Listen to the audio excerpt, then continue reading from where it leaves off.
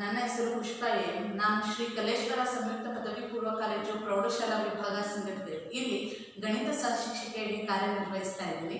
ಮಕ್ಕಳೇ, ನಾವಿವತ್ತು 8ನೇ ತರಗತಿಯ 2ನೇ ಪಾಠ ಆದಂತಹ ಭಾಗಲಬ್ಧ ಸಂಖ್ಯೆಗಳು ಅಂತಕ್ಕಂಥ ಪಾಠದ ಬಗ್ಗೆ ಅಧ್ಯಯನ ಮಾಡ್ತಾ ಹೋಗೋಣಪ್ಪ.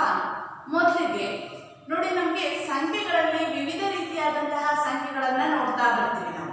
ಯಾವ್ಯಾವುದು? ಅದರಲ್ಲಿ ಮೊದಲನೇದಾಗಿ ಹೇಳಿದ್ವಿ ನಾವು ಸ್ವಾಭಾವಿಕ ಸಂಖ್ಯೆಗಳು ಅಂತ ಹೇಳ್ತೀವಿ. ಏನು ಸ್ವಾಭಾವಿಕ ಸಂಖ್ಯೆಗಳು ಅಂತಂದ್ರೆ, ಸ್ವಾಭಾವಿಕ ಸಂಖ್ಯೆಗಳು ಅಂತಂದ್ರೆ ನಾವು ಎಣಿಕೆ ಮಾಡಬಹುದಾದಂತಹ ಸಂಖ್ಯೆಗಳನ್ನ ನಾವೇನ್ ಹೇಳ್ತೀವಿ? ಸ್ವಾಭಾವಿಕ ಸಂಖ್ಯೆಗಳು ಅಂತ ಹೇಳ್ತೀವಿ. ಹಾಗಾದ್ರೆ ಆ ಸ್ವಾಭಾವಿಕ ಸಂಖ್ಯೆಗಳನ್ನ ಇಂಗ್ಲಿಷ್ನಲ್ಲಿ ನಾವೇನಂತೀವಿ? ನ್ಯಾಚುರಲ್ ನಂಬರ್ಸ್ ಅಂತ ಕರಿತೀವಿ.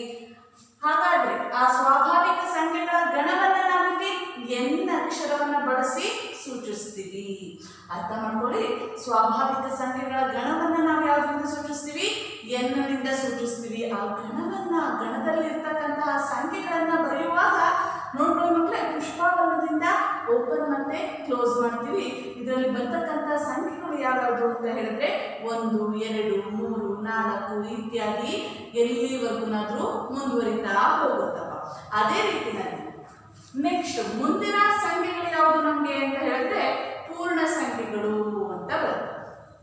ಏನು ಪೂರ್ಣ ಸಂಖ್ಯೆಗಳು ಅಂತಂದ್ರೆ, ಪೂರ್ಣ ಸಂಖ್ಯೆಗಳು ಸಹ ಸ್ವಾಭಾವಿಕ ಸಂಖ್ಯೆಗಳೇ ಆಗಿರ್ತವೆ. ಅದ್ರ ಜೊತೆಗೆ ಇನ್ನೊಂದು ಸೊನ್ನೆಯನ್ನು ಒಳಗೊಂಡಂತೆ ಇರುವ ಸ್ವಾಭಾವಿಕ ಸಂಖ್ಯೆಗಳನ್ನ ನಾವೇನ್ ಹೇಳ್ತೀವಪ್ಪ ಅಂತ ಹೇಳಿದ್ರೆ ಪೂರ್ಣ ಸಂಖ್ಯೆಗಳು ಅಂತ ಕರಿತೀವಿ. ಸೊ ಹಾಗಾದ್ರೆ ಪೂರ್ಣ ಸಂಖ್ಯೆಗಳನ್ನ ನಾವು ಇಂಗ್ಲಿಷ್ ನಲ್ಲಿ ಏನ್ ಹೇಳ್ತೀವಪ್ಪ ಅಂತ ಹೇಳಿದ್ರೆ ಹೋಲ್ ನಂಬರ್ಸ್ ಅಂತ ಕರಿತೀವಿ. ಆ ಪೂರ್ಣ ಸಂಖ್ಯೆಗಳ ಗಣವನ್ನ ನಾವು W ಅಕ್ಷರದಿಂದ ಸೂಚಿಸ್ತೀವಿ ಮಕ್ಕಳೇ. ಸೊ ಇಲ್ಲಿ ಪೂರ್ಣ ಸಂಖ್ಯೆಗಳ ಗಣ ಒಳಗೊಂಡಿರ್ತಕ್ಕಂತಹ ಸಂಖ್ಯೆಗಳು ಯಾವ್ಯಾವುದು ಅಂತ ನೋಡೋಣಪ್ಪ. ನೋಡಿ, ಇಲ್ಲೂ ಅಷ್ಟೇ ಗಣವನ್ನ ಸೂಚಿಸ್ತಾ ಇರೋದ್ರಿಂದ ಪುಷ್ಪವರ್ಣದಿಂದ ಓಪನ್ ಮತ್ತೆ ಕ್ಲೋಸ್ ಮಾಡಿರ್ತೀವಿ. 0, 1, 2, 3 ಇತ್ಯಾದಿ. ಅರ್ಥ ಆಗುತ್ತಲ್ವಾ?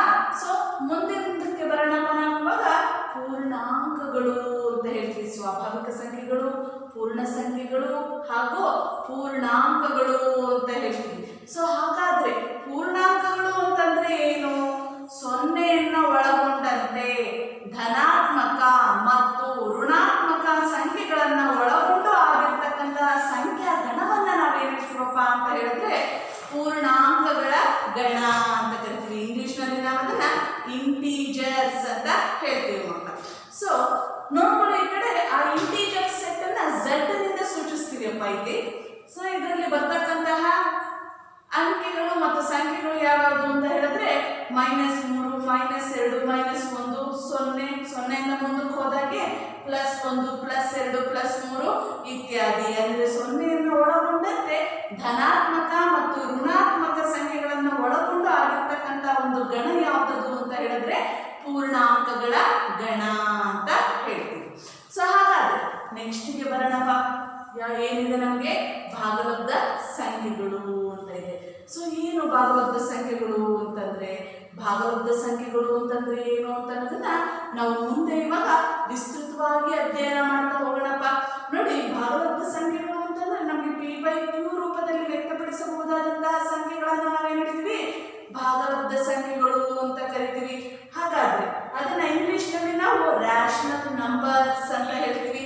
ಸೊ ಭಾಗಲಬ್ಧ ಸಂಖ್ಯೆಗಳನ್ನ ಯಾವ್ದ್ರಿಂದ ಸೂಚಿಸ್ತೀವಿ? ನಾವು Q ಅಕ್ಷರವನ್ನ ಬಳಸಿ ಸೂಚಿಸ್ತೀವಪ್ಪ. ಹಾಗಾದ್ರೆ P/Q ರೂಪದಲ್ಲಿ ಇರತಕ್ಕಂತಹ ಸಂಖ್ಯೆಗಳನ್ನ ನಾವು ಇದಕ್ಕೆ ಉದಾಹರಣೆಯಾಗಿ ಕೊಡ್ಬೋದು.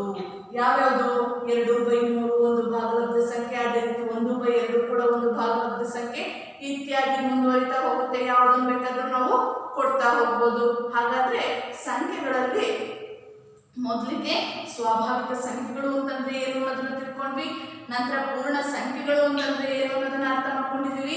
ಆನಂತರ ಪೂರ್ಣಾಂಕಗಳು ಅಂತಂದ್ರೆ ಏನು ಅನ್ನೋದನ್ನ ಕಲ್ತ್ಕೊಂಡಿದೀವಿ. ಹಾಗೆಯೇ ಕೊನೆಯದಾಗಿ ಭಾಗಲಬ್ಧ ಸಂಖ್ಯೆಗಳು ಹಾಗೂ ಭಾಗಲಬ್ಧ ಸಂಖ್ಯೆಗಳಿಗೆ ಉದಾಹರಣೆಗಳು ಯಾವ ರೀತಿ ಇರ್ತವೆ ಅಂತಕ್ಕಂಥದ್ದನ್ನ ನೋಡಿದ್ವಿ. ನೆಕ್ಸ್ಟ್ ನಾವು ಇವಾಗ ಭಾಗಲಬ್ಧ ಸಂಖ್ಯೆಗಳ ಗುಣಲಕ್ಷಣಗಳ ಬಗ್ಗೆ ತಿಳ್ಕೊಳ್ತಾ ಹೋಗೋಣ. ಭಾಗಲಬ್ಧ ಸಂಖ್ಯೆಗಳು ಅಂತ ಹೇಳಿದ್ವಿ ಮಕ್ಕಳೇ. ಭಾಗಲಬ್ಧ ಸಂಖ್ಯೆಗಳು ಅಂತಂದ್ರೆ ಏನು? ಅದೇ ಲಾಸ್ಟ್ ಹೇಳಿದ್ನಲ್ಲ ನಾನು ಭಾಗಿಸಬಹುದಾದ ಸಂಖ್ಯೆಗಳನ್ನ ನಾವೇನು ಹೇಳ್ತೀವಿ, ಭಾಗಲಬ್ಧ ಸಂಖ್ಯೆಗಳು ಅಂತ ಕರಿತೀವಿ. ಸೊ ನೋಡ್ಕೊಳ್ಳಿ, ಇಲ್ಲಿ P/Q ರೂಪದಲ್ಲಿ ವ್ಯಕ್ತಪಡಿಸಬಹುದಾದ ಸಂಖ್ಯೆಗಳನ್ನ ಭಾಗಲಬ್ಧ ಸಂಖ್ಯೆಗಳು ಅಂತ ಕರಿತೀವಿ. ಅದ್ರ ಜೊತೆಗೆ ಒಂದು ಕಂಡೀಷನ್ ಇದೆಯಪ್ಪ ಇಲ್ಲಿ. ಏನದು? P, Q belongs to Z. ಅಂದ್ರೆ P ಮತ್ತೆ Q ಗಳೆರಡೂ ಸಹ ಏನಾಗಿರ್ಬೇಕು? Z ಗಣಕ್ಕೆ ಅಂದ್ರೆ ಪೂರ್ಣಾಂಕಗಳ ಗಣಕ್ಕೆ ಸೇರಿರ್ಬೇಕು. Q is not equal to 0. Q ಯಾವತ್ತಿಗೂ ಕೂಡ ಏನಾಗೋ ಥರ ಇಲ್ಲ, ಸೊನ್ನೆಗೆ ಸಮ ಆಗೋ ಹಾಗೆ ಇಲ್ಲ. ಈ ಕಂಡೀಷನ್ ಬಹಳ ಇಂಪಾರ್ಟೆಂಟ್ ಅಪ್ಪ, ನೋಡ್ಕೊಳ್ಳಿ ಇನ್ನೊಂದ್ಸಲ. P, Q belongs to Z, Q is not equal to 0 ಆಗಿರಲೇಬೇಕು. ಯಾವಾಗ ನಾವು P/Q ಅನ್ನೋ ಒಂದು ಭಾಗಲಬ್ಧ ಸಂಖ್ಯೆ ಅಂತ ಕರಿಬೇಕಾದ ನಂತರ ನೋಡಿ, ಭಾಗಲಬ್ಧ ಸಂಖ್ಯೆಗಳ ಗುಣಲಕ್ಷಣಗಳನ್ನ ಹೇಳ್ತೀವಪ್ಪ ನಾವು. ಏನೇನು ಬರುತ್ತೆ ಭಾಗಲಬ್ಧ ಸಂಖ್ಯೆಗಳಿಗೆ ಗುಣಲಕ್ಷಣಗಳು ಅಂತಂದ್ರೆ, ಮೊದಲನೇ ಗುಣಲಕ್ಷಣ ಕೇಳಿ ಮಕ್ಕಳ, ನಮ್ಗಿಲ್ಲಿ ಆವೃತ್ತತೆ ಅಂತ ಹೇಳ್ತೀವಿ. ಈ ಆವೃತ್ತತೆ ಅಂತಕ್ಕಂಥದ್ದು ಏನಿದೆ, ಈ ಗುಣಲಕ್ಷಣ ಮೊದಲನೇ ಗುಣಲಕ್ಷಣ ಇದು ಪೂರ್ಣ ಸಂಖ್ಯೆಗಳಿಗೆ ಅವುಗಳ ಮೂಲ ಕ್ರಿಯೆಗಳ ಮೇಲೆ ಯಾವ ರೀತಿ ಅನ್ವಯ ಆಗುತ್ತಾವೋ ಇಲ್ವೋ ಅಂತಕ್ಕಂಥದ್ದನ್ನ ನೋಡ್ತಾ ಹೋಗೋಣ. ಮೊದಲಿಗೆ ಪೂರ್ಣ ಸಂಖ್ಯೆಗಳು ಅಂತ ಹೇಳಿದ್ರೆ, ಇದರಲ್ಲಿ ಮೊದಲನೇ ಮೂಲ ಕ್ರಿಯೆ ಯಾವುದು? ಸಂಕಲನ ಅಂತ ಹೇಳ್ತೀವಪ್ಪ ನಾವು. ಗಣಿತದಲ್ಲಿ ಮೊದಲನೇ ಮೂಲ ಕ್ರಿಯೆಯನ್ನ ಸಂಕಲನ ಅಂತ ತಗೊಳ್ತೀವಿ. ಇದರಲ್ಲಿ ಪೂರ್ಣ ಸಂಖ್ಯೆಗಳು 0 ಮತ್ತೆ 5 ಎರಡೂ ಸಹ ಪೂರ್ಣ ಸಂಖ್ಯೆಗಳೇ. 0 ಪ್ಲಸ್ 5 ಇಸ್ ಈಕ್ವಲ್ ಟು 5 ಬರುತ್ತೆ. 5 ಕೂಡ ನಮ್ಗೆ ಇನ್ನೊಂದು ಪೂರ್ಣ ಸಂಖ್ಯೆನೇ ಆಗಿರುತ್ತೆ. ಇನ್ನೊಂದು ಉದಾಹರಣೆಯನ್ನು ನೋಡೋಣಪ್ಪ. 4 ಪ್ಲಸ್ 3 ಇಸ್ ಈಕ್ವಲ್ ಟು 7. ಇಲ್ಲಿ 4 ಅಂತಕ್ಕಂಥದ್ದು ಒಂದು ಪೂರ್ಣ ಸಂಖ್ಯೆ, ಅದೇ ರೀತಿಯಲ್ಲಿ 3 ಅಂತಕ್ಕಂಥದ್ದು ಸಹ ಒಂದು ಪೂರ್ಣ ಸಂಖ್ಯೆ. 4 ಪ್ಲಸ್ 3 ಇಸ್ ಈಕ್ವಲ್ ಟು 7. 7 ಅಂತಕ್ಕಂಥದ್ದು ಸಹ ನಮ್ಗೆ ಇಲ್ಲೊಂದು ಪೂರ್ಣ ಸಂಖ್ಯೆನೇ ಆಗಿರುತ್ತೆ. ಸೊ ನೆಕ್ಸ್ಟ್, ಹಾಗಾಗಿ ನಾವೇನ್ ಹೇಳ್ತೀವಿ, ಪೂರ್ಣ ಸಂಖ್ಯೆಗಳು ಸಂಕಲನದಲ್ಲಿ ಆವೃತ್ತವಾಗಿವೆ ಅಂತ ಹೇಳ್ತೀವಿ. ಅಂದ್ರೆ ನಮ್ಗೆ ಎರಡು ಪೂರ್ಣ ಸಂಖ್ಯೆಗಳನ್ನ ಕೂಡಿದಾಗ ಬರ್ತಕ್ಕಂಥ ಮೊತ್ತ ಏನಿದೆ ಅದು ಪೂರ್ಣ ಸಂಖ್ಯೆನೇ ಆಗಿರುತ್ತೆ. ಹಾಗಾಗಿ ನಾವೇನ್ ಹೇಳ್ತೀವಿ, ಪೂರ್ಣ ಸಂಖ್ಯೆಗಳಲ್ಲಿ ಸಂಕಲನವು ಆವೃತ್ತವಾಗಿದೆ ಅಂತ ಹೇಳ್ತೀವಿ. ನೆಕ್ಸ್ಟ್ ಎರಡನೇ ಮೂಲಭೂತ ಕ್ರಿಯೆಗೆ ಬರೋಣಪ್ಪ. ಯಾವ್ದಿದೆ? ವ್ಯವಕಲನ ಅಂತ ಬರುತ್ತೆ ಮಕ್ಕಳೇ, ಅರ್ಥ ಮಾಡ್ಕೊಳ್ಳಿ. ಆವೃತ್ತತೆಯಲ್ಲಿ ಮೊದಲನೇ ಗುಣಲಕ್ಷಣ ಆವೃತ್ತತೆಯಲ್ಲಿ ಎರಡನೇ ಮೂಲಭೂತ ಕ್ರಿಯೆಯನ್ನ ನೋಡ್ತಾ ಇದ್ದೀವಿ, ವ್ಯವಕಲನಕ್ಕೆ. 5 ಮೈನಸ್ 7 ಮಾಡಿದ್ರೆ ನಮಗೆ ಬರ್ತಕ್ಕಂಥ ಉತ್ತರ ಎಷ್ಟು? -2 ಅಂತಕ್ಕಂಥದ್ದು. So 7 minus 8 is equal to -1. ಅಂದ್ರೆ ನೋಡ್ಬೋದು ನೀವು, ಇಲ್ಲಿ ಬಂದಿರ್ತಕ್ಕಂಥ ಉತ್ತರ ಏನಿದೆ, ಇದು -2. ಇಲ್ಲಿರ್ತಕ್ಕಂಥದ್ದು -1. ಅಂದ್ರೆ ಪೂರ್ಣ ಸಂಖ್ಯೆಗಳ ಗಣಕ್ಕೆ ಇವು ಸೇರ್ತವ ಅಂತದನ್ನ ನೋಡ್ಬೇಕು ನಾವು. -2 ಬರುತ್ತೆ ಅವ ನಮ್ಗೆ? ಇಲ್ಲ. ಪೂರ್ಣ ಸಂಖ್ಯೆಗಳು ಅಂತಂದ್ರೆ ನಮ್ಗೆ 0ಯನ್ನು ಒಳಗೊಂಡಂತೆ ಇರುವ ಸ್ವಾಭಾವಿಕ ಸಂಖ್ಯೆಗಳನ್ನ ನಾವೇನ್ ಹೇಳ್ತೀವಿ? ಪೂರ್ಣ ಸಂಖ್ಯೆಗಳು ಅಂತ ಕರಿತೀವಿ. ಹಾಗಾದ್ರೆ ಇಲ್ಲಿ ಪೂರ್ಣ ಸಂಖ್ಯೆಗಳ ಗಣಕ್ಕೆ ಇದು ಸೇರುತ್ತಾ? ಇಲ್ಲ. ಅಂದ್ರೆ -1 ಕೂಡ ಸೇರೋದಿಲ್ಲ. ಹಾಗಾಗಿ ಏನ್ ಹೇಳ್ತೀವಿ ನಾವು? ಪೂರ್ಣ ಸಂಖ್ಯೆಗಳು ವ್ಯವಕಲನದಲ್ಲಿ ಆವೃತ್ತವಾಗಿಲ್ಲ ಅಂತ ಹೇಳ್ಬಿಟ್ಟು ಹೇಳ್ತೀವಿ. ಅಂದ್ರೆ ನಮ್ಗೆ ಏನ್ ಗೊತ್ತಾಗ್ತಿಲ್ಲಿ? ಪೂರ್ಣ ಸಂಖ್ಯೆಗಳು ಸಂಕಲನದಲ್ಲಿ ಆವೃತ್ತವಾಗಿದ್ದಾವೆ, ಆದ್ರೆ ವ್ಯವಕಲನದಲ್ಲಿ ಆವೃತ್ತ ಆಗಿಲ್ಲ ಅಂತಕ್ಕಂಥದ್ದು ಗೊತ್ತಾಗುತ್ತಪ್ಪ. ಹಾಗಾದ್ರೆ ಗುಣಾಕಾರಕ್ಕೆ ಬರೋಣಪ್ಪ ಮಕ್ಕಳೇ. ನೋಡ್ಕೊಳ್ಳಿ, 0 × 3 ಇಸ್ ಈಕ್ವಲ್ ಟು 0. 0 ಮತ್ತೆ 3ನ್ನು ಗುಣಿಸಿದ್ರೆ ನಮಗೆ ಬರ್ತಕ್ಕಂಥ ಉತ್ತರ ಏನು? 0 ಆಗಿರುತ್ತೆ. ಅದೇ ರೀತಿ 3 × 7 ಇಸ್ ಈಕ್ವಲ್ ಟು 21. ಅಂದ್ರೆ ನೋಡಿ, ಪೂರ್ಣ ಸಂಖ್ಯೆಗಳೇ ಸಿಕ್ತು ನಮ್ಗೆ ಇಲ್ಲಿ. 0 × 3 ಮಾಡಿದಾಗ ಎಷ್ಟು ಬಂದಿದೆ? 0 ಬಂದಿದೆ. ಅದೇ ರೀತಿ 3 × 7 ಗುಣಿಸಿದಾಗ ನಮಗೆ ಬರ್ತಕ್ಕಂಥ ಉತ್ತರ 21. 21 ಒಂದು ಪೂರ್ಣ ಸಂಖ್ಯೆ ಅಂತ ಹೇಳ್ತೀವಿ ನಾವು. ಅಂದ್ರೆ ಪೂರ್ಣ ಸಂಖ್ಯೆಗಳು ಗುಣಾಕಾರದಲ್ಲಿ ಆವೃತ್ತವಾಗಿವೆ ಅಂತಕ್ಕಂಥದ್ದು ಗೊತ್ತಾಗುತ್ತಪ್ಪ. ಸೊ ಅದೇ ರೀತಿಯಲ್ಲಿ ಮಕ್ಕಳೇ ಭಾಗಾಕಾರಕ್ಕೆ ಬರೋಣಪ್ಪ. ನಾವು ಇವಾಗ ಭಾಗಾಕಾರ ಮಾಡಿದ್ರೆ 5/8 ಒಂದು ಉದಾಹರಣೆ ತಗೊಂಡಿದ್ದೀವಿ ನೋಡಿ. ಇಲ್ಲಿ 5/8 ಇಸ್ ಈಕ್ವಲ್ ಟು 5/8. 8ರಿಂದ ನಾವು 5ಅನ್ನ ಭಾಗಿಸ್ಬೇಕು. ಕೇಳಿಸ್ಕೊಳ್ಳಿ, ಈ ಕಡೆ 5/8. 8ರಿಂದ 5ಅನ್ನ ಭಾಗಿಸಿದ್ರೆ ನಮಗೆ ಬರ್ತಕ್ಕಂಥದ್ದು ಒಂದು ದಶಮಾಂಶ ಸಂಖ್ಯೆ ಬರುತ್ತೆ, ಹೌದಲ್ವಾ? ಸೊ ಹಾಗಾಗಿ ಈ ಭಾಗ ದಶಮಾಂಶ ಸಂಖ್ಯೆ ಅಂತಕ್ಕಂಥದ್ದು ಪೂರ್ಣ ಸಂಖ್ಯೆಗಳ ಗಣದಲ್ಲಿ ಇಲ್ಲ ನಮಗೆ. ಹಾಗಾಗಿ ನಾವೇನು ಹೇಳ್ತೀವಿ, ಪೂರ್ಣ ಸಂಖ್ಯೆಗಳು ಭಾಗಾಕಾರದಲ್ಲಿ ಆವೃತ್ತವಾಗಿಲ್ಲ ಅಂತ ಹೇಳ್ತೀವಪ್ಪ. ಅರ್ಥ ಆಗ್ತಿದೆಯಾ? ಹಾಗಾದ್ರೆ ನಮಗೆ ಇದರಿಂದ ಏನು ಗೊತ್ತಾಯ್ತು ಅಂತ ಹೇಳಿದ್ರೆ, ಪೂರ್ಣ ಸಂಖ್ಯೆಗಳು ಅಂತಕ್ಕಂಥದ್ರಲ್ಲಿ ಈ ಆವೃತ್ತತೆಯನ್ನು ನೋಡಿದಾಗ, ಅಂದ್ರೆ ಭಾಗಲಬ್ಧ ಸಂಖ್ಯೆಗಳ ಮೊದಲನೇ ಗುಣಲಕ್ಷಣ ಆದಂತಹ ಆವೃತ್ತತೆಯನ್ನು ನೋಡಿದಾಗ ಏನ್ ಗೊತ್ತಾಯ್ತು ನಮಗೆ, ಸಂಕಲನ ಮತ್ತೆ ಗುಣಾಕಾರಗಳು ಎರಡೂ ಸಹ ಏನಾಗಿದ್ದಾವೆ, ಆವೃತ್ತತೆಯನ್ನ ಹೊಂದಿದೆ, ಅಂದ್ರೆ ಆವರ್ತ ನಿಯಮವನ್ನ ಹೊಂದಿದವೆ ಅಂತಕ್ಕಂಥದ್ದು ಗೊತ್ತಾಯ್ತು. ಹಾಗೆ ವ್ಯವಕಲನ ಮತ್ತು ಭಾಗಾಕಾರಗಳು ಎರಡೂ ಕೂಡ ಆವೃತ್ತತೆಯನ್ನ ಹೊಂದಿಲ್ಲ ಅಂತಕ್ಕಂಥದ್ದು ಇದರಿಂದ ನಮಗೆ ತಿಳಿಯುತ್ತಪ್ಪ. ಇದನ್ನ ಬಳಸ್ಕೊಂಡು ನಾವು ಒಂದು ವಾಕ್ಯವನ್ನು ರಚಿಸೋಣಪ್ಪ. ಎ ಮತ್ತು ಬಿಗಳು ಎರಡು ಪೂರ್ಣ ಸಂಖ್ಯೆಗಳು. ನೋಡಿ, ಎ ಮತ್ತೆ ಬಿ ಅಂತಕ್ಕಂಥದ್ದು ಎರಡು ಪೂರ್ಣ ಸಂಖ್ಯೆಗಳು ಅಂತ ಅಂದ್ಕೊಂಡ್ರೆ ನಮಗೆ ಏನೇನಾಗುತ್ತೆ ಇಲ್ಲಿ, ಆಗ ಎ ಪ್ಲಸ್ ಬಿ ಮತ್ತು A into B, A plus B ಮತ್ತು ಎ ಇಂಟು ಬಿ ಇವುಗಳು ಪೂರ್ಣ ಸಂಖ್ಯೆಗಳಾಗುತ್ತವೆ. ನೋಡಿ, ಅರ್ಥ ಮಾಡ್ಕೊಳ್ಳಿ, ಎ ಪ್ಲಸ್ ಬಿ ಮತ್ತೆ ಎ ಇಂಟು ಬಿಗಳು ಮಾತ್ರ ಪೂರ್ಣ ಸಂಖ್ಯೆಗಳಾಗುತ್ತೆ. ಇದರ ಅರ್ಥ ಏನು, ಸಂಕಲನ ಮತ್ತು ಗುಣಾಕಾರದಲ್ಲಿ ಮಾತ್ರ ಪೂರ್ಣ ಸಂಖ್ಯೆಗಳು ಆವೃತ್ತತೆಯ ನಿಯಮವನ್ನ ಹೊಂದಿರುತ್ತೆ ಅಂತ ಹೇಳ್ಬಿಟ್ಟು ಹೇಳ್ತೀವಿ.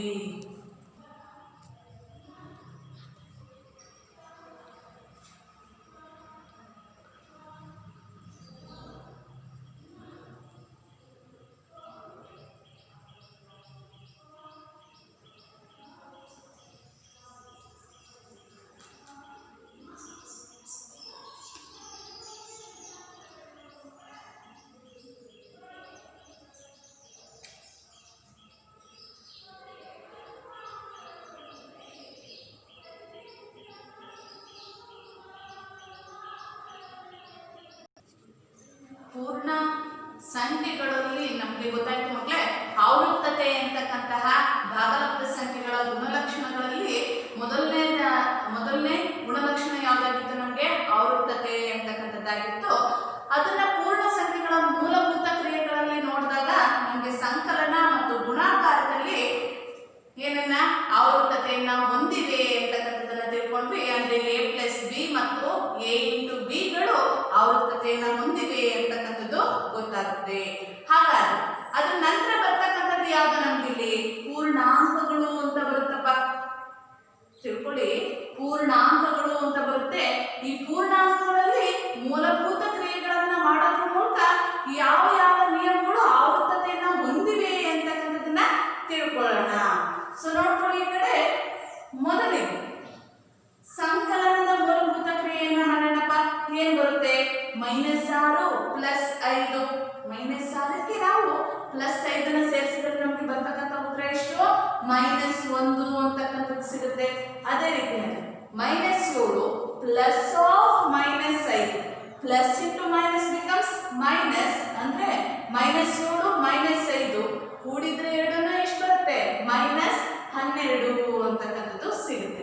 ಇಲ್ಲಿ ಗಮನಿಸಿ ಮಕ್ಕಳೇ, ನಮಗೆ -1 ಅಂತಕ್ಕಂಥದ್ದು ಏನಿದೆ ಇದು ಮತ್ತೆ -12 ಅಂತಕ್ಕಂಥದ್ದು ಏನಿದೆ, ಇವೆರಡೂ ಸಹ ಪೂರ್ಣಾಂಕಗಳ ಗಣದಲ್ಲಿ ಇದೆ ಅಂತಕ್ಕಂಥದ್ದು ಗೊತ್ತಾಗುತ್ತೆ. ಹೇಗೆ ಹೇಳ್ತೀವಿ ನಾವು, ಪೂರ್ಣಾಂಕಗಳ ಗಣ ಅಂತಕ್ಕಂಥದ್ದು ಏನಿದೆ ಅದು 0 ಹಾಗೂ ಧನಾತ್ಮಕ ಮತ್ತು ಋಣಾತ್ಮಕ ಸಂಖ್ಯೆಗಳನ್ನು ಒಳಗೊಂಡು ಆಗಿರುತ್ತೆ ಅಂತಕ್ಕಂಥದ್ದನ್ನ ನೋಡಿದ್ವಪ್ಪ ನಾವು.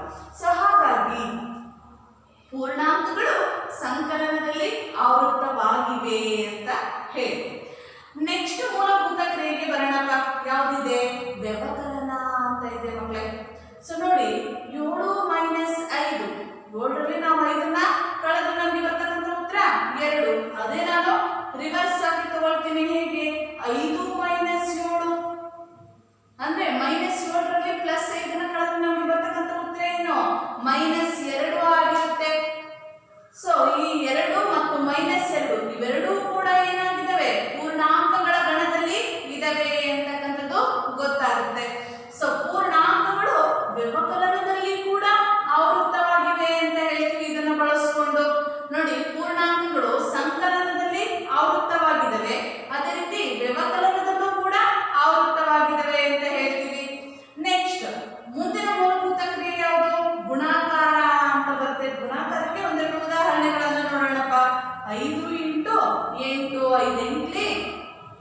40 ಅಂತಕ್ಕಂಥದ್ದು ಸಿಗುತ್ತೆ. ಅದೇ ರೀತಿ -5 into 8 minus into plus becomes minus 5 ಎಂಟ್ಲಿ 40. So ಬರೋ ಉತ್ತರ ಏನು -40. ಹಾಗಾದ್ರೆ ಪೂರ್ಣಾಂಕಗಳು ಗುಣಾಕಾರದಲ್ಲಿ ಆವೃತ್ತವಾಗಿವೆ ಅಂತ ಹೇಳ್ತೀವಿ. ಅದೇ ರೀತಿಯಲ್ಲಿ ನೆಕ್ಸ್ಟ್ ಮುಂದಿನ ಮೂಲಭೂತ ಕ್ರಿಯೆಗೆ ಬರೋಣ. ಭಾಗಾಕಾರ ಅಂತ ಹೇಳ್ತೀವಪ್ಪ. ಸೊ ಏನಿದೆ ನೋಡಿ 5/8 ಇಸ್ ಈಕ್ವಲ್ ಟು 5/8 ಅಂತ ಬರ್ಕೊಳ್ತೀವಿ. ಸೊ ಇಲ್ಲಿ ಏನಾಗುತ್ತೆ ಅಂತ ಹೇಳಿದ್ರೆ ಈ 5/8 ಅಂದ್ರೆ ದೊಡ್ಡ ಸಂಖ್ಯೆಯಿಂದ ನಾವು ಯಾವುದೇ ಚಿಕ್ಕ ಸಂಖ್ಯೆಯನ್ನ ಭಾಗಿಸ್ಬೇಕಾದ್ರೆ ಅಲ್ಲಿ ಏನ್ ಬರುತ್ತೆ ದಶಮಾಂಶ ಬಿಂದುವಿನ ಸಂಖ್ಯೆಗಳು ಅಂತಕ್ಕಂಥವು ಸಿಗ್ತಾ ಹೋಗುತ್ತೆ. ಹಾಗಾಗಿ ನಾವು ಈ ದಶಮಾಂಶ ಸಂಖ್ಯೆಗಳು ಏನಿದಾವೆ ಇವು ಪೂರ್ಣಾಂಕಗಳ ಗಣದಲ್ಲಿ ಇರೋದಿಲ್ಲ ನಮಗೆ. ಹಾಗಾಗಿ ನಾವೇನ್ ಹೇಳ್ತೀವಪ್ಪ ಅಂತ ಹೇಳಿದ್ರೆ ಪೂರ್ಣಾಂಕಗಳು ಭಾಗಾಕಾರದಲ್ಲಿ ಆವೃತ್ತವಾಗಿಲ್ಲ ಅಂತ ಹೇಳ್ತೀವಿ. ಹಾಗಾದ್ರೆ ಮಕ್ಕಳು ಕೇಳಿಸ್ಕೊಳ್ಳಿ, ಈ ಕಡೆ ಯಾವ್ಯಾವುದು ನಮಗೆ ಪೂರ್ಣಾಂಕಗಳು ಸಂಕಲನದಲ್ಲಿ ಆವೃತ್ತವಾಗಿವೆ, ಅದೇ ರೀತಿಯಲ್ಲಿ ವ್ಯವಕಲನದಲ್ಲಿ ಆವೃತ್ತವಾಗಿವೆ ಹಾಗೂ ಗುಣಾಕಾರದಲ್ಲಿ ಆವೃತ್ತವಾಗಿವೆ ಅಂತ ಹೇಳ್ಬಿಟ್ಟು ಹೇಳ್ತೀವಿ. ನೋಡಿ ಇದೆಲ್ಲದನ್ನು ಬಳಸ್ಕೊಂಡು ನಾವೇನಂತ ಹೇಳ್ಬೋದು, ಎ ಮತ್ತು ಬಿಗಳು ಪೂರ್ಣಾಂಕಗಳಾಗಿದ್ದು ಯಾವುದು A plus B, A minus B ಮತ್ತು ಎ ಇಂಟು ಬಿಗಳು ಆವೃತ್ತವಾಗಿವೆ ಅಂತ ಹೇಳ್ಬೋದಲ್ವಾ. ಇವಿಷ್ಟನ್ನ ಬಳಸ್ಕೊಂಡು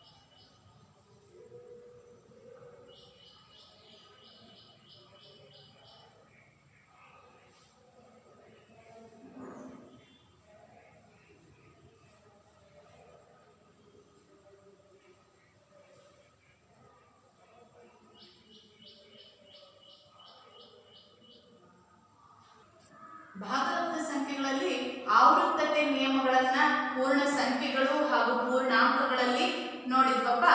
ನೆಕ್ಸ್ಟ್ ನಾವು ಇವಾಗ ಬರೋಣ ಪರಿವರ್ತನೀಯತೆ ಅಂತ ಹೇಳ್ತೀವಿ, ಅಥವಾ ಇದನ್ನ ಪರಿವರ್ತನೀಯ ನಿಯಮ ಅಂತ ಕೂಡ ಕರಿತೀವಿ. ಸೊ ಭಾಗಲಬ್ಧ ಸಂಖ್ಯೆಗಳಲ್ಲಿ ಎರಡನೇ ಗುಣಲಕ್ಷಣ ಆದಂತಹ ಪರಿವರ್ತನೀಯತೆಯಲ್ಲಿ ಮೊದಲಿಗೆ ಪೂರ್ಣ ಸಂಖ್ಯೆಗಳಲ್ಲಿ ಪರಿವರ್ತನೀಯತೆ ಯಾವ್ಯಾವುದಕ್ಕೆ ಬರ್ತದೆ ಅಂತಕ್ಕಂಥದನ್ನ ನೋಡ್ತಾ ಹೋಗೋಣ. ಸೊ ನೋಡಿ, ಈಗ ಸಂಕಲನ ಅಂತ ಹೇಳ್ಬಿಟ್ಟು ಮೊದಲಿಗೆ ತಗೊಂಡಿದ್ದೀವಿ. ಸೊ ಸಂಕಲನದಲ್ಲಿ 0 + 7 is equal to 7 + 0 is equal to ನೋಡಿ 0ಗೆ ನಾವು 7 ಕೂಡಿಸಿದ್ರು ನಮಗೆ 7 ಬರುತ್ತೆ. ಅದೇ ರೀತಿ 7ಕ್ಕೆ ನಾವು 0ನ ಕೂಡಿಸಿದ್ರು ಸಹ ನಮಗೆ ಸಿಗೋದು 7 ಅಂತಕ್ಕಂಥದ್ದೇ ಸಿಗುತ್ತೆ. ಅದೇ ರೀತಿಯಲ್ಲಿ 2 + 3 is equal to 3 + 2 is equal to 5 ಆಗಿರುತ್ತೆ. ಅಂದ್ರೆ 2ಕ್ಕೆ ನಾವು 3ನ ಸೇರಿಸಿದ್ರು 5 ಸಿಗುತ್ತೆ. ಅದೇ ರೀತಿ 3ಕ್ಕೆ 2ನ ಸೇರಿಸಿದ್ರು ನಮಗೆ 5 ಅಂತಕ್ಕಂಥದ್ದು ಸಿಗುತ್ತವ. ಸೊ ಹಾಗಾಗಿ ಇಲ್ಲಿ ಸಂಕಲನವು ಪರಿವರ್ತನೀಯವಾಗಿದೆ ಅಂತ ಹೇಳ್ಬಿಟ್ಟು ಹೇಳ್ತೀವಿ ಮಕ್ಕಳೇ, ಅರ್ಥ ಮಾಡ್ಕೊಳ್ಳಿ. ನಂತರ ನಾವಂದ್ರೆ ಇಲ್ಲಿ ಏನ್ ಮಾಡಿದ್ವಿ, ಸ್ಥಾನಗಳನ್ನ ಅದಲು ಬದಲು ಮಾಡಿದ್ವಿ ಅಷ್ಟೇ. ಸೊ ಇಲ್ಲಿ ಸಂಖ್ಯೆಗಳನ್ನ ಅದಲು ಬದಲು ಮಾಡಿದಾಗ್ಲೂ ಸಹ ಅವುಗಳ ಮೊತ್ತದಲ್ಲಿ ಏನು ವ್ಯತ್ಯಾಸ ಅಂತಕ್ಕಂಥದ್ದು ಆಗಿಲ್ಲ ನಮಗೆ. ಸೊ ಹಾಗಾಗಿ ನಾವೇನ್ ಹೇಳ್ತೀವಿ, ಸಂಕಲನವು ಪರಿವರ್ತನೀಯವಾಗಿದೆ ಅಂತ ಹೇಳ್ಬಿಟ್ಟು ಹೇಳ್ತೀವಿ. ಅದೇ ರೀತಿ ವ್ಯವಕಲನಕ್ಕೆ ಬರೋಣ ಮಕ್ಕಳೇ. ನೋಡಿ ಇಲ್ಲಿ ಉದಾಹರಣೆಯನ್ನು ತಗೊಂಡಿದ್ದೀನಪ್ಪ. 3 - 2 ಇದು ಇಸ್ ಈಕ್ವಲ್ ಟು ಇಂದ ಬಲಭಾಗಕ್ಕೆ ಬಂದ್ರೆ ಏನಾಗುತ್ತೆ, 2 - 3 ಆಗುತ್ತೆ. ಸೊ ನೋಡ್ಕೊಳ್ಳಿ, 3 - 2 ಮಾಡಿದ್ರೆ ನಮಗೆ ಬರ್ತಕ್ಕಂಥ ಉತ್ತರ 1 ಅಂತಕ್ಕಂಥದ್ದು ಸಿಗುತ್ತೆ. ಇಸ್ ಈಕ್ವಲ್ ಟು 2 - 3 ಮಾಡಿದ್ರೆ ಇಲ್ಲಿ ದೊಡ್ಡ ಸಂಖ್ಯೆ ಯಾವ್ದಿದೆ, 3 ಅಂತಕ್ಕಂಥದ್ದಿದೆ. ಅದ್ರ ಚಿಹ್ನೆ ಮೈನಸ್ ಇದೆ. -3ರಲ್ಲಿ +2 ಕಳೆದ್ರೆ ನಮಗೆ ಸಿಗ್ತಕ್ಕಂಥದ್ದು ಎಷ್ಟು, -1 ಅಂತಕ್ಕಂಥದ್ದು ಬರುತ್ತೆ. 1 ಈಸ್ ನಾಟ್ ಈಕ್ವಲ್ ಟು -1 ಅಂದ್ರೆ ಇಲ್ಲಿ ನಮ್ಗೆ ಏನ್ ಅರ್ಥ ಆಗುತ್ತೆ, ವ್ಯವಕಲನ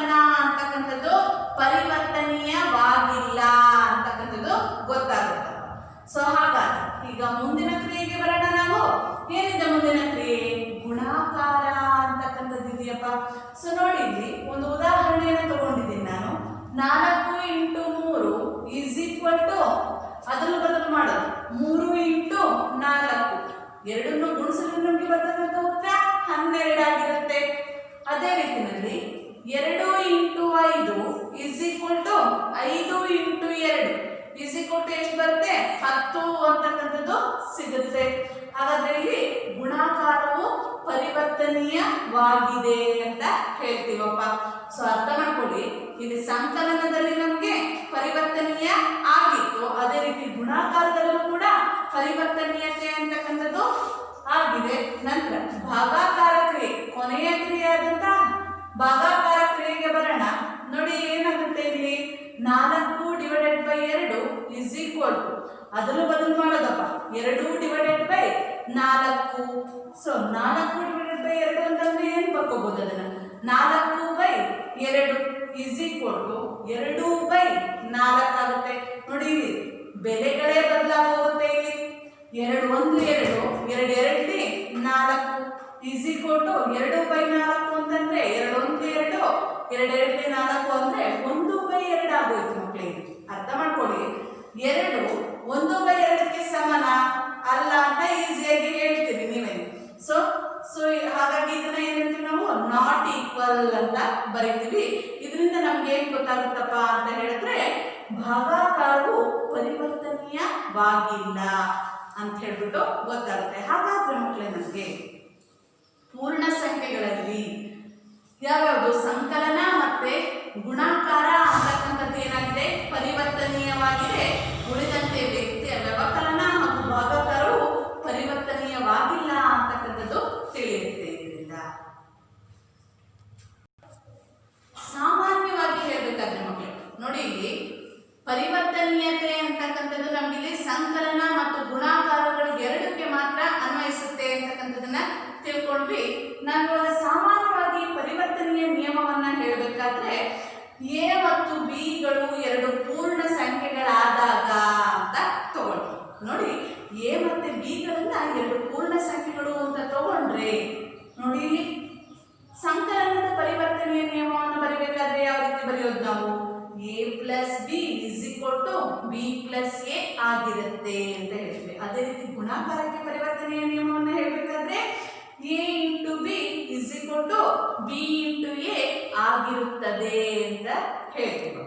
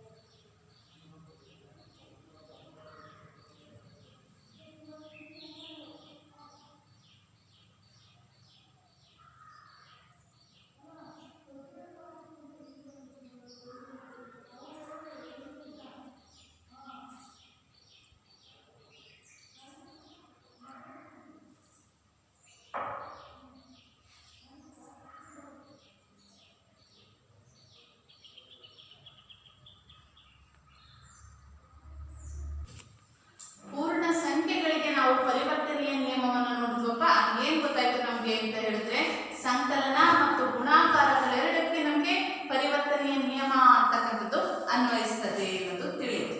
ಸೊ ಇವಾಗ ನೆಕ್ಸ್ಟ್ ನಾವು ಪೂರ್ಣಾಂಕಗಳಿಗೆ ಬರೋಣ ಮಕ್ಕಳೇ. ಪರಿವರ್ತನೀಯ ನಿಯಮದಲ್ಲೇ ಪೂರ್ಣಾಂಕಗಳಿಗೆ ಬರೋಣ. ಅದರಲ್ಲಿ ಮೊದಲನೇ ಮೂಲಭೂತ ಕ್ರಿಯೆಯಾದಂತ ಸಂಕಲನವನ್ನ ನೋಡೋಣ. ನೋಡಿ ಒಂದೆರಡು ಉದಾಹರಣೆಯನ್ನು ತಗೊಂಡಿದ್ದೀನಿ ಇಲ್ಲಿ. 5 plus 3 is equal to 3 plus 5 ಎರಡನ್ನೂ ಕೂಡಿದ್ರು ಸಹ 5 ಪ್ಲಸ್ 3 ಅಂದ್ರೆ 8 ಸಿಗುತ್ತೆ. ಅದೇ ರೀತಿ 3 ಪ್ಲಸ್ 5 ಅಂದ್ರೂ ಕೂಡ ನಮಗೆ 8 ಅಂತಕ್ಕಂಥದ್ದು ಬರುತ್ತೆ. ಅದ್ರ ಬೆಲೆ ಏನು ಬದಲಾಗೋದಿಲ್ಲ. Next -2 plus 4 is equal to 4 plus of -2. ಇಲ್ಲಿ plus into minus becomes minus, 4 minus 2 ಆಗುತ್ತೆ. ಅರ್ಥ ಮಾಡ್ಕೊಳ್ಳಿ, -2 ಪ್ಲಸ್ 4 ಮಾಡಿದಾಗ ನಮಗೆ ಬರ್ತಕ್ಕಂಥ ಉತ್ತರ ಪ್ಲಸ್ 2 ಆಗಿರುತ್ತೆ. ಅದೇ ರೀತಿ 4ರಲ್ಲಿ -2 ಅನ್ನು ಕಳೆದ್ರೆ ನಮಗೆ ಬರ್ತಕ್ಕಂಥ ಉತ್ತರ ಪ್ಲಸ್ 2 ಆಗಿರುತ್ತೆ. ಹಾಗಾಗಿ ನಾವೇನು ಹೇಳ್ಬೋದು, ಸಂಕಲನವು ಪೂರ್ಣಾಂಕಗಳಲ್ಲಿ ಪರಿವರ್ತನೀಯವಾಗಿದೆ ಅಂತ ಹೇಳ್ತೀವಿ. ಅರ್ಥ ಮಾಡ್ಕೊಳ್ಳಿ. ನೆಕ್ಸ್ಟ್ ವ್ಯವಕಲನಕ್ಕೆ ಬರ್ತೀವಪ್ಪ. ವ್ಯವಕಲನದಲ್ಲಿ ನೋಡಿ 5 ಮೈನಸ್ ಆಫ್ -3. 5 ಅಂತಕ್ಕಂಥದ್ದು ಒಂದು ಸಂಖ್ಯೆ, -3 ಅಂತಕ್ಕಂಥದ್ದು ಇನ್ನೊಂದು ಸಂಖ್ಯೆ. ಇವೆರಡರ ವ್ಯವಕಲನದಲ್ಲಿ ನೋಡ್ತಾ ಇದ್ದೀವಪ್ಪ ಮಕ್ಕಳೇ ನಾವು. 5 minus of -3 is equal to -3. -3ನ ಮೊದಲೇ ಬರೀಬೇಕಿಲ್ಲ. -3 ಮೈನಸ್ 5 ಅಂತ ತಗೊಳ್ತೀವಿ. ಅರ್ಥ ಆಗ್ತಿದೆಯಾ? ಸೊ ಇಲ್ಲಿ ನೋಡಿ 5 minus into minus becomes plus, 5 plus 3. 5 plus 3 ಅಂತಂದ್ರೆ ನಮಗೆ ಬರ್ತಕ್ಕಂಥದ್ದು 8 is equal to -3 minus 5. -3 minus 5 ನೋಡಿದ್ರೆ ನಮಗೆ ಸಿಗ್ತಕ್ಕಂಥ ಮೊತ್ತ ಎಷ್ಟು? -8 ಅಂತಕ್ಕಂಥದ್ದು. ಪ್ಲಸ್ 8 ಮೈನಸ್ 8ಗೆ ಸಮ ಆಗುತ್ತಾ? ಇಲ್ವೇ ಇಲ್ಲ. ಹಾಗಾಗಿ 8 ಇಸ್ ನಾಟ್ ಈಕ್ವಲ್ ಟು -8 ಅಂತ ಹೇಳ್ಬಿಟ್ಟು ಬರೆಯೋದ್ರಪ್ಪ. ಸೊ ಹಾಗಾಗಿ ಏನಂತ ಬರೆಯೋದಿಲ್ಲಿ, ವ್ಯವಕಲನದಲ್ಲಿ ಪರಿವರ್ತನೀಯತೆಯು ಪರಿವರ್ತನೀಯವಾಗಿಲ್ಲ ಅಂತ ಹೇಳ್ಬಿಟ್ಟು ಬರೆಯೋದು. ಅಂದ್ರೆ ವ್ಯವಕಲನ ಅಂತಕ್ಕಂಥದ್ದು ಪರಿವರ್ತನೀಯ ನಿಯಮವನ್ನ ಇಲ್ಲಿ ಹೊಂದಿಲ್ಲ ಅಂತಕ್ಕಂಥದ್ದು ಗೊತ್ತಾಗುತ್ತೆ. ಹಾಗಾದ್ರೆ ಮುಂದಿನ ಕ್ರಿಯೆಗೆ ಬರೋಣಪ್ಪ ನಾವು. ಯಾವುದಿದೆ ಅದು ಅಂತ ಹೇಳಿದ್ರೆ ಗುಣಾಕಾರ ಅಂತ ಇದೆ. ಅರ್ಥ ಮಾಡ್ಕೊಳ್ಳಿ. ಮುಂದಿನ ಕ್ರಿಯೆಗೆ ಬಂದ್ರೆ ಯಾವುದಿದೆ ಅದು ಗುಣಾಕಾರ ಅಂತಕ್ಕಂಥದ್ದಿದೆ. 4 into 5 is equal to 5 into 4. ಗುಣಿಸಿದ್ರೆ ನಮಗೆ ನೋಡಿ 4 ಇಂಟು 5 ಮಾಡಿದ್ರೆ ನಮಗೆ ಬರ್ತಕ್ಕಂಥ ಗುಣಲಬ್ಧ 20 ಆಗಿರುತ್ತೆ. ಅದೇ ರೀತಿ 5 ಇಂಟು 4 ಮಾಡಿದ್ರೂ ಕೂಡ 20 ಅಂತಕ್ಕಂಥ ಗುಣಲಬ್ಧ ಸಿಗುತ್ತೆ. ಸೊ ಹಾಗಾಗಿ ನೆಕ್ಸ್ಟ್ ಇನ್ನೊಂದು ಉದಾಹರಣೆಯನ್ನು ನೋಡೋಣ. -2 ಇಂಟು 3. -2 ಇಂಟು 3 ಗುಣಿಸಿದ್ರೆ ನಮಗೆ ಬರ್ತಕ್ಕಂಥ ಉತ್ತರ -6. ಅದೇ ರೀತಿ 3 ಇಂಟು -2 ಅದನ್ನು ಬದಲು ಮಾಡಿದ್ವಿ. 3 ಇಂಟು -2 ಗುಣಿಸಿದ್ರೆ ನಮಗೆ ಸಿಗ್ತಕ್ಕಂಥದ್ದು -6 ಅಂತಕ್ಕಂಥದ್ದು ಸಿಗುತ್ತೆ. ಹಾಗಾದ್ರೆ ಇಲ್ಲಿ ಗುಣಾಕಾರವು ಪರಿವರ್ತನೀಯವಾಗಿದೆ ಅಂತ ಹೇಳ್ಬಿಟ್ಟು ತಗೊಳ್ತೀವಿ. ನೋಡಿ, ಸಂಕಲನವು ಪರಿವರ್ತನೀಯವಾಗಿತ್ತು, ಹಾಗೆಯೇ ಗುಣಾಕಾರವು ಕೂಡ ಪರಿವರ್ತನೀಯ ಆಗಿದೆ ಅಂತ ಹೇಳ್ತೀವಿ. ಅದರಲ್ಲಿ ಪೂರ್ಣಾಂಕಗಳಲ್ಲಿ. ಅದೇ ರೀತಿ ಭಾಗಾಕಾರಕ್ಕೆ ಬರೋಣಪ್ಪ ಮಕ್ಕಳೇ. ನೋಡ್ಕೊಳ್ಳಿ, ಈ ಕಡೆ 2/4 ಇಸ್ ಈಕ್ವಲ್ ಟು 4/2. ಅಂದ್ರೆ ಏನಾಗುತ್ತೆ ಇಲ್ಲಿ 2/4 ಇಸ್ ಈಕ್ವಲ್ ಟು 4/2. ಡಿವೈಡ್ ಮಾಡಿದ್ರೆ ನಮಗೆ ಬರ್ತಕ್ಕಂಥ ಉತ್ತರ ಏನು? 1/2 ಈಸ್ ನಾಟ್ ಈಕ್ವಲ್ ಟು 2. ಏಕೆಂತಂದ್ರೆ ಇಲ್ಲಿ ಡಿವೈಡ್ ಮಾಡ್ತೀವಪ್ಪ. 2 1 2, 2 2 4. ಇಲ್ಲಿ ಉಳಿದಿರೋದೇನು 2/1 ಅಂತ ಬರೀಬಹುದು, ಅಥವಾ ಬರೀ 2 ಅಂತಾನೆ ಬರೀಬಹುದು. ಅಂದ್ರೆ ಇವೆರಡೂ ಕೂಡ ಒಂದಕ್ಕೊಂದು ಸಮ ಆಗಿಲ್ಲ ಅಂತ ಹೇಳ್ತೀವಿ. ಹಾಗಾಗಿ ಭಾಗಾಕಾರವು ಪರಿವರ್ತನೀಯವಾಗಿಲ್ಲ ಅಂತ ಹೇಳ್ಬಿಟ್ಟು ಇದರಿಂದ ಹೇಳ್ತೀವಪ್ಪ. ಇದನ್ನ ಬಳಸ್ಕೊಂಡು ನಾವೇನಂತ ಹೇಳ್ಬೋದು, ಪೂರ್ಣಾಂಕಗಳಲ್ಲಿ ಮಕ್ಕಳೇ ನಮಗೆ ಯಾವ್ಯಾವುದು ಸಂಕಲನ ಮತ್ತೆ ಗುಣಾಕಾರ ಅಂತಕ್ಕಂಥವೇನಿದಾವೆ ಇವು ಪರಿವರ್ತನೀಯ ನಿಯಮವನ್ನ ಹೊಂದಿದವೆ ಅಂತಕ್ಕಂಥದ್ದು ಗೊತ್ತಾಗುತ್ತೆ. ಅದೇ ರೀತಿಯಲ್ಲಿ ವ್ಯವಕಲನ ಮತ್ತು ಭಾಗಾಕಾರಗಳೆರಡೂ ಕೂಡ ಪರಿವರ್ತನೀಯ ನಿಯಮವನ್ನ ಒಳಗೊಂಡಿಲ್ಲ ಅಂತಕ್ಕಂಥದ್ದು ಇದರಿಂದ ನಮಗೆ ತಿಳಿಯುತ್ತೆ.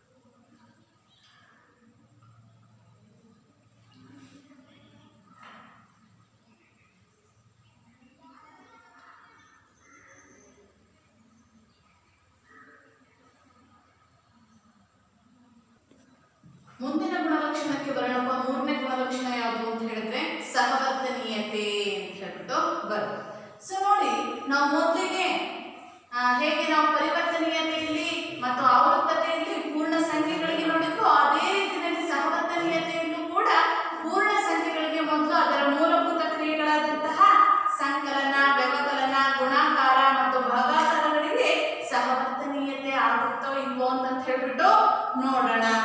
ನೋಡಿ, ಸಂಕಲನ ಅಂತ ತಗೊಂಡಿದ್ದೀನಿ. ನೋಡಿ ಮಕ್ಕಳೇ, ಸಹವರ್ತನೀಯತೆ ಅಂತಂದ್ರೆ ಯಾವ ರೀತಿ ಇರುತ್ತೆ ಅಂತಕ್ಕಂಥದ್ದು ಗೊತ್ತಿದೆ ನಮಗೆ. ಹೇಗೆ ಎ ಬಿ ಸಿ ಅಂತಕ್ಕಂತಹ 3 ಪೂರ್ಣಾಂಕಗಳನ್ನ ಒಳಗೊಂಡಿರುತ್ತೆ. ಅದು ಹೇಗೆ ಬರೆಯೋದು ನೋಡಿ, ಇಲ್ಲಿ ನಾನು ಎ ಬಿ ಸಿಗಳನ್ನ 2, 3, 5 ಅಂತ ತಗೊಂಡಿದ್ದೀನಿ. ಅಂದ್ರೆ 2 + 3 + 5 ಇದರಲ್ಲಿ ಕೊನೆ 2 ಅಂಕಿಗಳಿಗೆ ಬ್ರಾಕೆಟ್ ಅನ್ನು ಹಾಕ್ತೀನಪ್ಪ. ಈಕ್ವಲ್ ಅದೇ ಅಂಕಿಗಳು 2 + 3 + 5. ಇಲ್ಲಿ 2 + 3ಕ್ಕೆ ಏನ್ ಮಾಡ್ತೀವಿ ನಾವು ಬ್ರಾಕೆಟ್ ಅನ್ನ ಹಾಕೋದು. ಸೊ 2 ಪ್ಲಸ್ ಬ್ರಾಕೆಟ್ ಒಳಗಿರೋದನ್ನ ಮೊದಲು ಮಾಡ್ಕೊಂಡ್ಬಿಡೋಣ. 5 + 3 ಅಂತಂದ್ರೆ 8 ಈಸ್ ಈಕ್ವಲ್ ಟು 2 + 3 ಅಂತಂದ್ರೆ ನಮಗೆ ಬರ್ತಕ್ಕಂಥದ್ದು 5 + 5. ಸೊ 8 2 10, 5 5 10 ಅಂತಕ್ಕಂಥದ್ದು ಸಿಗುತ್ತೆ. So LHS is equal to RHS ಆಗಿದೆ ಅಂತಕ್ಕಂಥದ್ದು ಗೊತ್ತಾಗುತ್ತೆ. ಹಾಗಾಗಿ ನಾವೇನ್ ಹೇಳ್ಬೋದು, ಸಂಕಲನವು ಪೂರ್ಣ ಸಂಖ್ಯೆಗಳಲ್ಲಿ ಸಹವರ್ತನೀಯವಾಗಿದೆ ಅಂತ ಹೇಳ್ಬೋದು. ಅದೇ ರೀತಿಯಲ್ಲಿ ಮಕ್ಕಳೇ, ವ್ಯವಕಲನಕ್ಕೆ ನೋಡ್ತಾ ಬಂದ್ರೆ ನಾವು ಏನಾಗುತ್ತೆ, ಅದೇ ಉದಾಹರಣೆಯನ್ನೇ ತಗೊಂಡಿದ್ದೀನಿ, ಗಮನಿಸಿ. 2 - 3 - 5 ಈಸ್ ಈಕ್ವಲ್ ಟು 2 - 3 - 5. ಸೊ ನೋಡ್ಕೊಳ್ಳಿ, 2 -5ರಲ್ಲಿ +3ನ ಕಳೀತಾ ಇದೀವಪ್ಪ. ಎಷ್ಟು ಬರುತ್ತೆ? -2 ಅಂತಕ್ಕಂಥದ್ದು ಸಿಗುತ್ತೆ. ಈಸ್ ಈಕ್ವಲ್ ಟು ಇಲ್ಲಿ 2 - 3ರಲ್ಲಿ ಅಂದ್ರೆ -3ರಿಂದ +2ನ ಕಳಿಬೇಕು. ಕಳೆದ್ರೆ ನಮಗೆ -1 ಅಂತಕ್ಕಂಥದ್ದು ಸಿಗುತ್ತೆ. -5 ಇದ್ರ ಜೊತೆಗಿರೋದನ್ನ ಬರೆಯೋಣ. ಸೊ ಹಾಗಾದ್ರೆ ನೆಕ್ಸ್ಟ್ ನೋಡಿ, 2ಕ್ಕೆ 2 ಬರ್ತಿದ್ದೀನಿ. -* ಬಿಕಮ್ಸ್ ಪ್ಲಸ್ 2ಕ್ಕೆ 2ನ್ನ ಬರೆಯೋಣ ಅಂತ. ಈಸ್ ಈಕ್ವಲ್ ಟು -1 - 5 ಅಂತಕ್ಕಂಥದನ್ನ ಬರೆಯೋಣಪ್ಪ. 2 2 ಕೂಡಿದ್ರೆ ನಮಗೆ 4 ಅಂತ ಸಿಗುತ್ತೆ. ಈ ಕಡೆ ಬಂದ್ರೆ -1 - 5 ಎರಡನ್ನು ಕೂಡಿದ್ರೆ ನಮಗೆ -6 ಅಂತಕ್ಕಂಥದ್ದು ಉತ್ತರ ಸಿಗುತ್ತೆ. ನೋಡಿ, ಇಲ್ಲಿ +4 ಈಸ್ ನಾಟ್ ಈಕ್ವಲ್ ಟು -6 ಅಂದ್ರೆ ಇಲ್ಲಿ ನಮ್ಗೆ ಏನಂತ ಅರ್ಥ ಆಗುತ್ತೆ, ವ್ಯವಕಲನವು ಪೂರ್ಣ ಸಂಖ್ಯೆಗಳಲ್ಲಿ ಸಹವರ್ತನೀಯವಾಗಿಲ್ಲ ಅಂತಕ್ಕಂಥದ್ದು ಗೊತ್ತಾಗುತ್ತಪ್ಪ. ಅದೇ ರೀತಿಯಲ್ಲಿ ಗುಣಾಕಾರಕ್ಕೆ ಬಂದ್ರೆ ಮಕ್ಕಳೇ ನೋಡ್ಕೊಳ್ಳಿ, ಈ ಕಡೆ ಗುಣಾಕಾರಕ್ಕೆ ಬಂದ್ರೆ ಏನಾಗುತ್ತೆ, 2 × 3 × 5. ಮತ್ತೆ ಅದೇ ಉದಾಹರಣೆಯನ್ನು ತಗೊಂಡಿದ್ದೀನಿ ನಾನಿಲ್ಲಿ. 2 × 3 × 5 ಈಸ್ ಈಕ್ವಲ್ ಟು 2 × 3 × 5. ಇದರಲ್ಲಿ ನಾನು 3 × 5ಕ್ಕೆ ಬ್ರಾಕೆಟ್ ಅನ್ನ ಹಾಕಿದ್ದೀನಿ ಎಡಭಾಗದಲ್ಲಿ. ಬಲಭಾಗಕ್ಕೆ ಬಂತು ಅಂದ್ರೆ 2 × 3ಕ್ಕೆ ಬ್ರಾಕೆಟ್ ಅನ್ನ ಹಾಕೊಳ್ತೀವಿ. ಸೊ ನೆಕ್ಸ್ಟ್ ಹಾಗಾದ್ರೆ 2 × 3 × 5 ಅಂತಂದ್ರೆ ನಮಗೆ ಬರ್ತಕ್ಕಂಥದ್ದು 15 ಈಸ್ ಈಕ್ವಲ್ 2 × 3. ಫಸ್ಟ್ ಬ್ರಾಕೆಟ್ ಅಲ್ಲಿ ಇರೋದನ್ನ ಸಾಲ್ವ್ ಮಾಡ್ಕೊಂಡ್ಬಿಡೋಣ. 2 × 3 ಅಂತಂದ್ರೆ 6 × 5. ಹಾಗಾದ್ರೆ ನೋಡಿ, 2 × 15 2 15 30 ಈಸ್ ಈಕ್ವಲ್ ಟು 6 × 5 6 30 ಅಂತಕ್ಕಂಥದ್ದು ಸಿಗುತ್ತೆ. ಹಾಗಾಗಿ LHS is equal to RHS ಅಂತ ಗೊತ್ತಾದ್ಮೇಲೆ ನಾವೇನಂತ ಹೇಳ್ಬೋದು, ಗುಣಾಕಾರವು ಪೂರ್ಣ ಸಂಖ್ಯೆಗಳಲ್ಲಿ ಸಹವರ್ತನೀಯ ನಿಯಮವನ್ನು ಹೊಂದಿದೆ ಅಂತಕ್ಕಂಥದ್ದನ್ನ ಹೇಳ್ಬೋದು. ಹಾಗಾದ್ರೆ ಮುಂದಿನ ಮೂಲಭೂತ ಕ್ರಿಯೆಗೆ ಬರೋಣ. ಕೊನೆಯದಾಗಿ ಭಾಗಾಕಾರ ಅಂತ ಇದೆಯಪ್ಪ ನಮ್ಗಿಲ್ಲಿ. ಏನು, 2 ÷ 4 ÷ 2 ಈಸ್ ಈಕ್ವಲ್ 2 ÷ 4 ÷ 2. ಇಲ್ಲಿ ಎಡಭಾಗದಲ್ಲಿ ನಾನು 4 ÷ 2ಕ್ಕೆ ಬ್ರಾಕೆಟ್ ಹಾಕೊಂಡಿದ್ದೀನಿ. ಬಲಭಾಗಕ್ಕೆ ಬಂತು ಅಂದ್ರೆ 2 ÷ 4ಕ್ಕೆ ಬ್ರಾಕೆಟ್ ಅನ್ನ ಹಾಕಿದ್ದೀನಿ. ಸೊ ನೋಡ್ಕೊಳ್ಳಿ, 2 ÷ 4 ÷ 2 ಅಂತಂದ್ರೆ ನಮ್ಗೆ ಬರ್ತಕ್ಕಂಥ ಉತ್ತರ 2 ಆಗಿರುತ್ತೆ. ಈಸ್ ಈಕ್ವಲ್ 2 ÷ 4 2/4 ಅಂದ್ರೆ ನಮಗೆ ಬರ್ತಕ್ಕಂಥ ಉತ್ತರ 1/2 ಡಿವೈಡೆಡ್ ಬೈ ಇದ್ರ ಜೊತೆ ಇರ್ತಕ್ಕಂಥದ್ದು 2. ಅರ್ಥ ಆಗ್ತಿದೆ ಅಲ್ವಾ? ಸೊ ನೆಕ್ಸ್ಟ್ 2 ಡಿವೈಡೆಡ್ ಬೈ 2 ಅಂತಂದ್ರೆ ನಮಗೆ ಬರ್ತಕ್ಕಂಥದ್ದು 1 is equal to 1/2 divided by 2 ಅಂತಂದ್ರೆ ನಮಗೆ ಸಿಗ್ತಕ್ಕಂಥದ್ದು 1/4 ಅಂತಕ್ಕಂಥದ್ದು ಬರುತ್ತೆ. ಹಾಗಾದ್ರೆ ಈ 1 ಈಸ್ ನಾಟ್ ಈಕ್ವಲ್ ಟು 1/4 ಅಂತಕ್ಕಂಥದ್ದು ಗೊತ್ತಾಗುತ್ತಪ್ಪ. ಭಾಗಾಕಾರವು ಸಹವರ್ತನೀಯವಾಗಿಲ್ಲ ಅಂತಕ್ಕಂಥದ್ದು ಇದರಿಂದ ನಮಗೆ ತಿಳಿಯುತ್ತೆ. ಸಹವರ್ತನೀಯ ನಿಯಮದಲ್ಲಿ ನಾವು ಮೂಲಭೂತ ಕ್ರಿಯೆಗಳನ್ನು ನೋಡಿದಾಗ ಇದರಿಂದ ನಮ್ಗೆ ಏನ್ ತಿಳಿದು ಬಂತಪ್ಪ ಅಂತ ಹೇಳಿದ್ರೆ, ಸಹವರ್ತನೀಯ ಗುಣವನ್ನ ನಮ್ಗೆ ಯಾವುದು ಸಂಕಲನ ಮತ್ತು ಗುಣಾಕಾರ ಅಂತಕ್ಕಂಥ ಮೂಲಭೂತ ಕ್ರಿಯೆಗಳೇನಿದ್ದಾವೆ ಇವು ಮಾತ್ರ ಸಹವರ್ತನೀಯ ನಿಯಮವನ್ನ ಒಳಗೊಂಡಿದ್ದಾವೆ ಅಂತ ಹೇಳ್ತೀವಪ್ಪ. ನೆಕ್ಸ್ಟ್ ಸಾಮಾನ್ಯವಾಗಿ ಹೇಳ್ಬೇಕಾದ್ರೆ ನಮ್ಗೆ ನಾವು 3 ಅಂಕಿಗಳನ್ನು ಬಳಸ್ಕೊಳ್ತೀವಪ್ಪ. ಇಲ್ಲಿ ಸಹವರ್ತನೀಯ ನಿಯಮದಲ್ಲಿ 3 ಸಂಖ್ಯೆಗಳನ್ನ ಬಳಸ್ಕೊಳ್ತೀವಿ. ಅದ್ರ ಪ್ರಕಾರನೇ ಹೇಳ್ತಾ ಹೋದ್ರೆ ಸಾಮಾನ್ಯವಾಗಿ ಎ ಬಿ ಮತ್ತು ಸಿಗಳು ಪೂರ್ಣ ಸಂಖ್ಯೆಗಳಾದಾಗ ಏನ್ ಬರುತ್ತೆ ಸಹವರ್ತನೀಯ ನಿಯಮ ಯಾವ್ಯಾವುದಕ್ಕೆ ಅನ್ವಯಿಸುತ್ತೆ ನಮ್ಗೆ ಸಂಕಲನ ಮತ್ತು ಗುಣಾಕಾರಗಳಿಗೆ ಮಾತ್ರ ಅನ್ವಯಿಸುತ್ತಪ್ಪ. ಸೊ ಅದನ್ನೇ ಇಲ್ಲಿ ಬರೆಯೋಣ. a plus of B plus C is equal to a plus B plus C ಅಂತಕ್ಕಂಥದ್ದು ಬರುತ್ತೆ. ಅದೇ ರೀತಿಯಲ್ಲಿ a into B into C ಗೆ ಬ್ರಾಕೆಟ್ ಹಾಕೊಳ್ತೀವಿ ಇಸ್ ಈಕ್ವಲ್ ಟು ಈ ಕಡೆ ಬಂದ್ರೆ a ಇಂಟು ಬಿ ಗೆ ಬ್ರಾಕೆಟ್ ಹಾಕೊಂಡು ಪ್ಲಸ್ ಸಿ ಅನ್ನ ಜೊತೆನಲ್ಲಿ ಬರೀತೀವಪ್ಪ. ಇದರಿಂದ ನಮ್ಗೆ ಏನ್ ತಿಳಿಯುತ್ತೆ ಅಂತ ಹೇಳಿದ್ರೆ ಸಹವರ್ತನೀಯತೆ ಅಂತಕ್ಕಂಥದ್ದು ಪೂರ್ಣ ಸಂಖ್ಯೆಗಳಲ್ಲಿ ಸಂಕಲನ ಮತ್ತು ಗುಣಾಕಾರಕ್ಕೆ ಮಾತ್ರ ಅನ್ವಯಿಸ್ತದೆ ಅನ್ನೋದು ಗೊತ್ತಾಗುತ್ತೆ.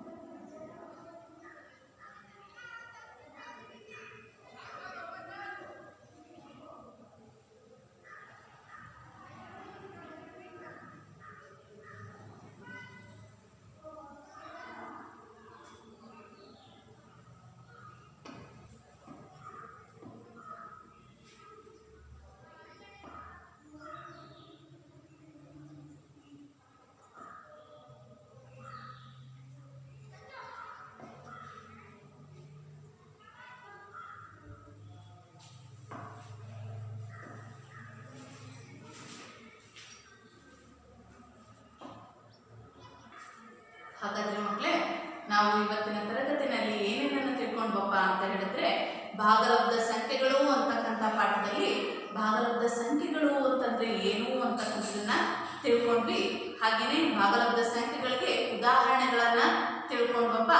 ಹಾಗೆ ಭಾಗಲಬ್ಧ ಸಂಖ್ಯೆಗಳ ಗುಣಲಕ್ಷಣಗಳಾದಂತಹ ಪರಿವರ್ತನೀಯ ನಿಯಮ, ಅದಕ್ಕೂ ಮುಂಚೆ ಆವೃತ್ತತೆಯನ್ನು ತಿಳ್ಕೊಂಡ್ವಿ. ಮೊದಲನೇದಾಗಿ ಆವೃತ್ತತೆಯನ್ನು ನೋಡಿದ್ವಿ. ಯಾವ್ಯಾವುದಕ್ಕೆ ಪೂರ್ಣ ಸಂಖ್ಯೆಗಳು ಮತ್ತು ಪೂರ್ಣಾಂಕಗಳಿಗೆ ನಾವು ಆವೃತ್ತತೆಯನ್ನು ನೋಡಿದ್ವಿ. ಅದೇ ರೀತಿಯಲ್ಲಿ ಪರಿವರ್ತನೀಯ ನಿಯಮವನ್ನು ನೋಡಿದ್ವಪ್ಪ. ಯಾವ್ಯಾವುದಕ್ಕೆ ಪೂರ್ಣ ಸಂಖ್ಯೆಗಳು ಹಾಗೂ ಪೂರ್ಣಾಂಕಗಳಿಗೆ ನಾವು ಪರಿವರ್ತನೀಯ ನಿಯಮವನ್ನು ನೋಡಿದ್ವಿ. ಅದೇ ರೀತಿಯಲ್ಲಿ ಕೊನೆಯದಾಗಿ ಯಾವುದು ಮೂರನೇದು ಸಹವರ್ತನೀಯ ನಿಯಮಕ್ಕೆ ಬಂದ್ವಿ. ಈ ಸಹವರ್ತನೀಯ ನಿಯಮದಲ್ಲಿ ಸಂಕಲನ ಮತ್ತು ಗುಣಾಕಾರಗಳಿಗೆ ಮಾತ್ರ ಸಹವರ್ತನೀಯ ನಿಯಮ ಅಂತಕ್ಕಂಥದ್ದು ಅನ್ವಯ ಆಗುತ್ತೆ ಅಂತಕ್ಕಂಥದ್ದನ್ನ ತಿಳ್ಕೊಂಡ್ವಿ. ಹಾಗಾದ್ರೆ ಮಕ್ಕಳೇ, ನಾವು ಮುಂದಿನ ತರಗತಿಯಲ್ಲಿ ನಾವು ಇದ್ರ ಮೇಲೆ ಲೆಕ್ಕಗಳನ್ನ ಬಿಡಿಸ್ತಾ ಹೋಗೋಣ.